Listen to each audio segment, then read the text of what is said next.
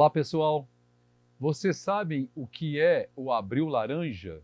Então, se você tem compaixão pelo animal, se você gosta de animais, preste atenção nessa conversa hoje que vai ser bem bacana.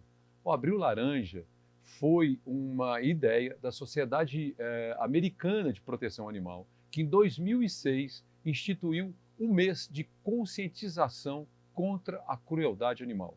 Então, o Abril Laranja é uma campanha contra a crueldade animal. Por isso, nós estamos hoje trazendo a doutora Flávia Quadros, que é médica veterinária e é voltada à questão da medicina veterinária do coletivo, para ajudar a gente a entender um pouquinho o que é crueldade e o que a gente pode fazer nessas situações. Tá bom? Muito obrigado por ter vindo. Obrigada. E eu vou começar te perguntando, como que a gente identifica uma situação de maus tratos e de crueldade? Uma pessoa leiga, um vizinho, vê que o animal está em sofrimento e está recebendo os maus tratos. Existe uma grande confusão em relação a isso, né? Às vezes as pessoas relativizam que aquilo que um animal está passando pode não ser maus tratos, uma vez que ele não é gente, né? Existe muito isso. Isso não é gente, isso é bicho. Para ele isso pode, né? Isso é muito complicado. A gente começa com o problema do especismo, né?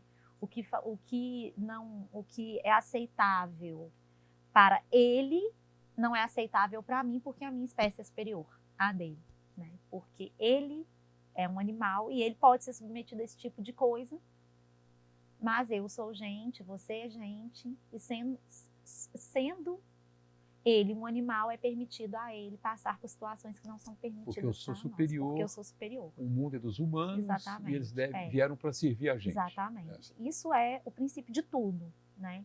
Você pode dar um exemplo sobre isso? Extremamente normal a gente ver animais submetidos a frio, né? A gente vê animais submetidos a alimentação precária, a desnutrição, né?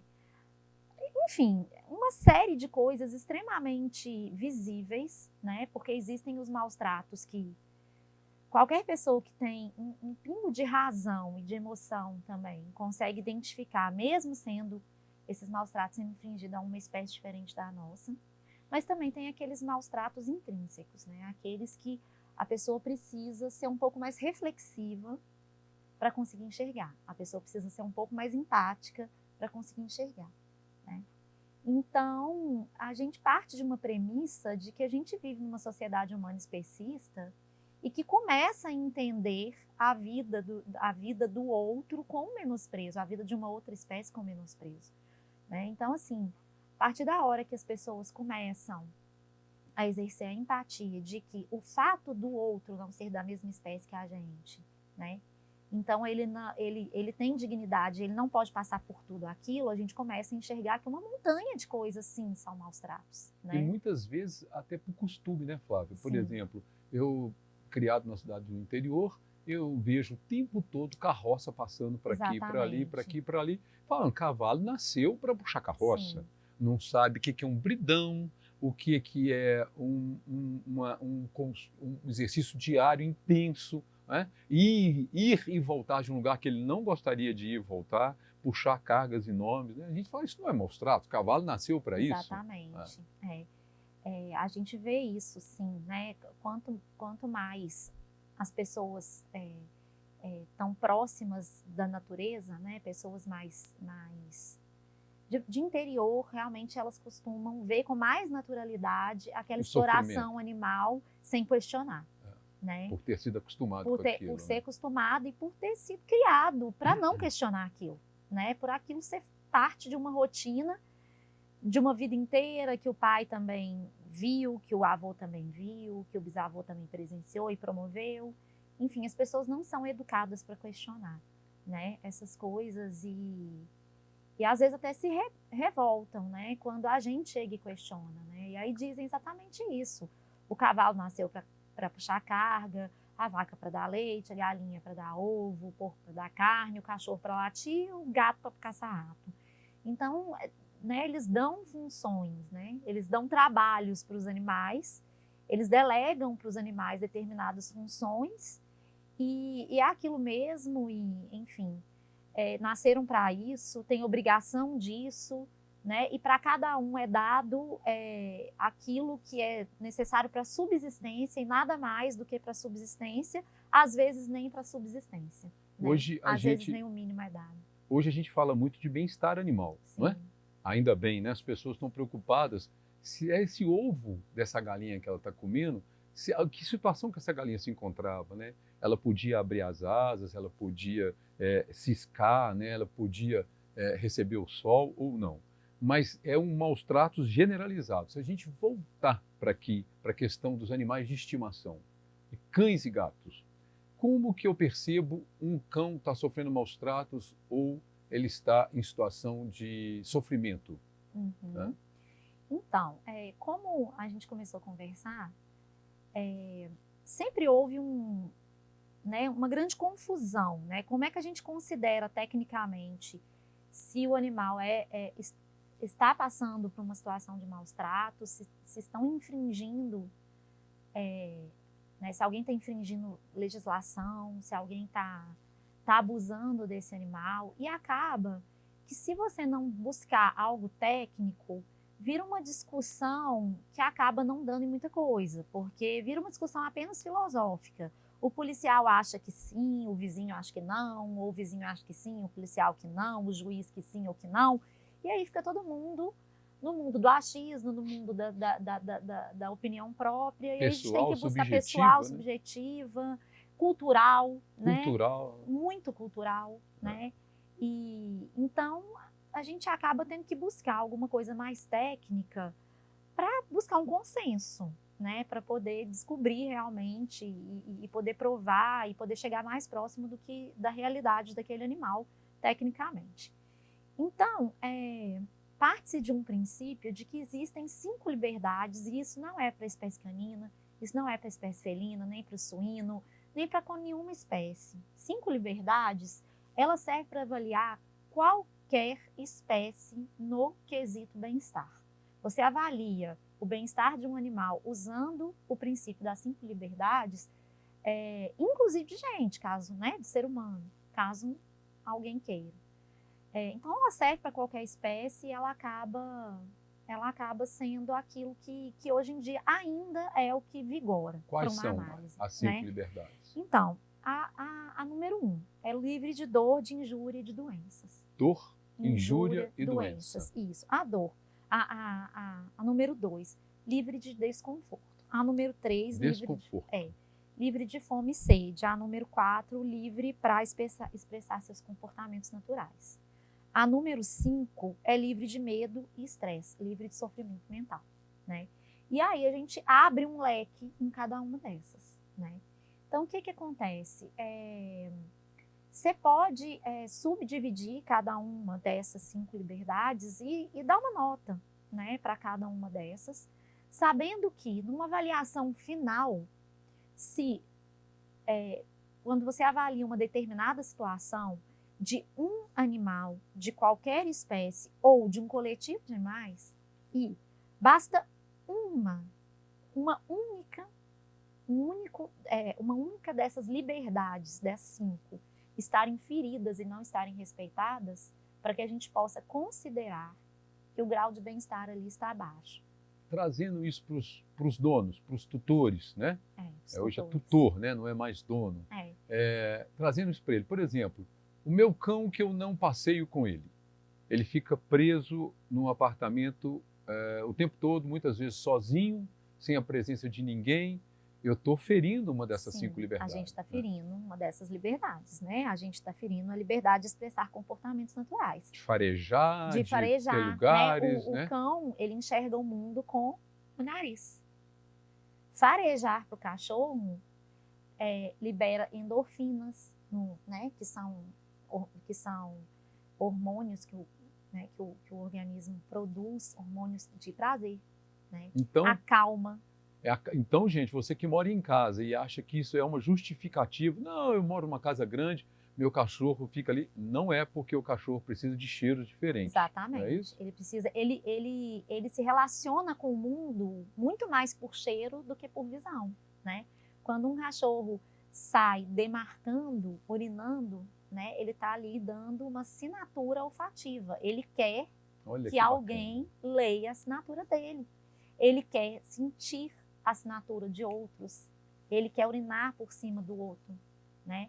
Porque a testosterona do carnívoro, ele pede para esse carnívoro para ele caçar, ele pede para esse carnívoro brigar, ele pede para esse carnívoro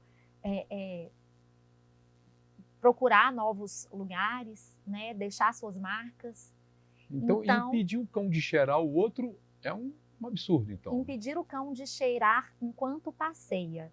Quantas pessoas passeiam e a hora que o cão para cheirar, ele ganha um solavanco na coleira? Isso é muito comum. Né? Então, até quando o cachorro passeia, muitas vezes o passeio não é voltado para ele, porque não é dado a ele o direito de parar, cheirar, urinar, demarcar. Não pode cavar buraco. Né? É um comportamento totalmente canino de cavar buraco. É um comportamento totalmente felino de arranhar a árvore, de desgastar as unhas, de alongar seu corpo numa árvore e de subir para o alto. E não é dada a esse cachorro nenhuma possibilidade de expressar seu comportamento. Não é só simplesmente, até quando a gente passeia, e mesmo quando a gente passeia todos os dias, será que a gente está fazendo um passeio voltado para o cachorro? Será que o seu gato, dentro do seu apartamento, né, você está colocando estímulo suficiente para esse gato expressar seus comportamentos naturais? Ele gosta de subir bem alto, ele gosta de pular de uma coisa para outra. Às vezes o ambiente é totalmente estéril, né? Estéril do ponto de vista de falta de graça mesmo. O ambiente é pobre, não é enriquecido. Pobre, exatamente, né? De falta de graça, né? O que eu vou fazer aqui? Né? Não tem nada para eu fazer, a não ser dormir. Quando a gente fala de enriquecimento ambiental, a gente pode falar também de enriquecimento alimentar, né? Sim. Submeter um animal a comer a mesma coisa todos os dias, sim, é muito pobre. Sim, e isso é a coisa mais comum que a gente pratica, assim, né? A gente é levado a acreditar que os animais, eles precisam comer ração e apenas ração para terem uma boa saúde e uma longevidade, né? Ainda que a gente soubesse que a ração fosse a coisa mais gostosa do mundo, que a gente sabe que não é, né? Do ponto de vista de paladar. Ela não é gostosa. A ração não é definitivamente algo palatável. Não dá prazer para o cão. Não é prazeroso, né? Agora, ainda que fosse muito prazeroso, qual a comida que, dada exclusivamente todos os dias e uma vida inteira, por mais gostosa que seja, vai ser interessante? Muito bem. Então, quebrando um paradigma, pessoal. Então, exato, né? A mesma coisa todo dia. Exatamente. É achar que o cachorro não tem paladar. E a coisa mais comum e normal e corriqueira é a gente conviver com cães e gatos que te imploram um pedaço de qualquer coisa e a gente passa uma vida a negar. Ele está demonstrando ali o quanto ele está desesperado por sentir um gosto, né? E a gente nega. E a gente, às vezes, nega, né? Tem as pessoas que realmente negam sem sentir muita dor no coração e tem aquelas que negam morrendo de pena, achando que se der tá fazendo mal para o animal, né? Às vezes, enfim, achando que tá fazendo bem, né? E dá com dor, e nega com dor no coração. Não estou aqui falando que cachorros e gatos ou quaisquer outras espécies podem comer absolutamente tudo que a gente come, tá? Não é isso. Mas existem aí boas literaturas, bons canais de YouTube, bons Instagrams, bons sites que esclarecem muito tecnicamente, pessoas muito preparadas, estudiosas, que te esclarecem tecnicamente quais são os alimentos que você pode dar e com segurança, né? E é claro, os naturais são melhores do que os industrializados, né? Não significa que você vai estar fazendo exatamente muito bem para o seu animal quando você, ao invés de dar ração, você passa na loja de artigos pet e compra um outro industrializado. Quando o animal está te pedindo ali alguma coisa do seu prato, alguma coisa da sua cozinha, né? Alguma coisa bem da natureza dele, né? Que a gente se afastou tanto da nossa que a gente acabou obrigando os animais eles se afastarem da deles, também né? das deles. E a gente não reconhece mais, né, o que é comida de verdade, o que não é. e os bichos ficam ali implorando. Aí, às vezes, a pessoa dá um mole, o cachorro pega alguma coisa na cozinha, ele ainda é castigado por ter roubado, Ou o gato então a o mesma dono entra em surto, meu coisa. cachorro vai morrer, É, comeu alguma coisa diferente. exatamente. Mas assim, é muito comum um cachorro ser castigado. Eu já vi cães irem para o adestramento para aprenderem a não roubar comida da cozinha. Meu Deus, ele tem que ser parabenizado por isso. Ele está lutando pela sobrevivência dele, ele está pedindo para sentir um gosto de alguma coisa, para comer alguma coisa diferente. Que é horrível comer a mesma coisa uma vida inteira, algo industrializado sem sabor ainda por cima. Nós estamos falando de abandonos bem interessantes, muitas vezes não perceptíveis ao próprio tutor. Sim. Agora, de maus tratos, né? Então, eu quero te perguntar, eu acredito, não sei se é a sua opinião, um dos maiores maus tratos que pode acontecer, que é o abandono. Você largar o seu animal, abandonar o seu animal, muitas vezes em via pública, em lugares ermos, onde não tem ninguém. Queria que você faça um pouquinho sobre a questão do abandono, voltado à questão do maus tratos. Também tem essa coisa do especismo que acredita que se você abandona um animal doméstico, que ele vai dar conta de se virar sozinho, porque ele é um animal, né? Qual que é a diferença de um animal doméstico para um animal não doméstico, silvestre? Não interessa se é um silvestre da nossa fauna brasileira ou se é um silvestre de fauna de outro país, portanto, fauna exótica. A diferença é que o doméstico, de milhares de anos para cá, ele foi retirado da natureza. Muitas vezes ele passou por mudanças tão gigantescas que ele nem é mais da mesma espécie que originou a espécie dele, né? Como o próprio cachorro, né? Cachorro até agora se acredita que cachorro é um descendente de lobo e que a domesticação veio com o início dos acampamentos dos homens primitivos que pararam de migrar e começaram a se fixar. E aí, por vantagens para os dois, tanto para os seres humanos quanto para esses carnívoros, eles começaram a coexistir no mesmo espaço, né? E aí, com o passar dos anos e cruzamentos enfim, veio uma parte daqueles lobos hoje virou uma outra espécie, que é a espécie canina, né? Então, tem muito isso, né? No interior, acredita-se muito nisso. Aqui na cidade, aqui em Belo Horizonte, a gente não escuta isso. Cidades grandes, a gente escuta que quando você abandona um animal doméstico, que ele se vira, ele é um animal. Não, ele foi domesticado.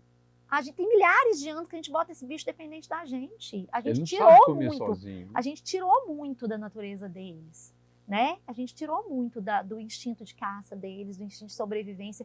E principalmente um bicho que nasceu dentro de casa, que por um grande período da vida dele foi fornecido para ele, ainda que escassa, parca, de má qualidade, ainda foi fornecida alguma subsistência. Né? Essa pessoa não acredita em laços, né? Não. Acha que o cão não tem laço. Exatamente. Né? E não sabe a diferença realmente entre um animal doméstico e um silvestre. Um animal doméstico, e principalmente um carnívoro domesticado, ele não é um carnívoro que se vira após abandonado, né? Agora, existe o abandono no próprio lar. É extremamente comum. Eu chego a me questionar qual é o pior abandono, né? Porque quando o animal é abandonado em via pública, é terrível, mas ele ainda pode ser enxergado, ele ainda pode ser visto. Alguém pode ver e interpretar o pedido de socorro dele, porque eles pedem socorro, não no nosso código linguístico. O fato de ele não dominar o nosso código linguístico, nem a gente, o dele, não significa que ele não se comunica. A gente é que é tão frio que não consegue ver o que ele está pedindo. Socorro. A linguagem corporal dele fala, ele não precisa abrir a boca. A linguagem corporal de um bicho, a gente sabe o que ele está sentindo, vendo o corpo dele falar. Então, quando ele foi abandonado na rua, ele ainda tem alguma condição de ser socorrido. Tem alguma chance, né, de encontrar alguém. E os abandonados dentro das casas, né? E os abandonados dentro de instituições públicas, e os abandonados, às vezes, dentro de canis municipais, que é uma realidade extremamente cruel, né? Ainda espero e milito pela mudança, né? Mas a gente ainda vivencia a crueldade nesses espaços, e aqueles que são amarrados no fundo de quintal, submetidos a frio, submetidos a dormir no duro, né, que é outra coisa que a humanidade desconsidera, né? A gente não pode dizer que um animal jamais vai escolher dormir no duro e no frio. Não, a gente sabe que tem aqueles que alguns gostam, né? Mas, mais uma vez, ele precisa ter a liberdade de escolher. Muito bem. Né? Para terminar, eu queria te fazer uma pergunta. Hoje se fala muito sobre senciência, né? Que os animais são seres sencientes, né? O cão, o gato. O que, na sua opinião, é ser um ser senciente? Ser um ser senciente é ser um ser consciente do seu sentimento. Né? Muitas vezes as pessoas questionam assim, será que é preciso dar tanta importância ao sentimento de um animal, uma vez que ele sente, mas não sabe que sente? Não. Ele sente e sabe que sente. Ele sabe que ele está sofrendo. Ele sabe que está sofrendo. Ele tem a consciência de que ele está sofre sofrendo, assim como ele tem a consciência de que ele está alegre, de que ele está com fome. Né? Que ele foi abandonado. Que ele foi abandonado. Quando por bem ou quando por mal, não interessa se o sentimento é positivo, se o sentimento é negativo, ele tem a consciência do que ele está sentindo. Muito bem. Né? Então, isso é a senciência, é a consciência, né? É saber interpretar, ele mesmo sabe interpretar aquilo que ele está sentindo, ele sabe o que ele está passando. Né? Então, deixa muita gente, né? Derruba muita argumentação, né? Porque o ser humano às vezes consegue ser tão frio a ponto de, apesar de ele sentir, se ele não sabe que está sentindo, então a gente pode ainda assim fazer o que quer com ele. Não, a gente não pode. Muito bem, doutora. Doutora Flávia, muito obrigado. Em nome de todos os animais, muito obrigado por você existir. Obrigada. E você, pessoal, esse mês agora, a gente vai estar convidando outras pessoas voltadas à causa animal, outras pessoas que lutam contra os maus tratos, que fazem diferença na nossa cidade, que são pessoas que se expõem, que dão a cara e que têm, acima de tudo, igual a Flávia, uma compaixão muito grande pelos bichos. A gente espera que vocês tenham gostado, que tenham acrescentado para você que gosta de animal e não perca as próximas entrevistas. Muito obrigado e até lá. Alvorada.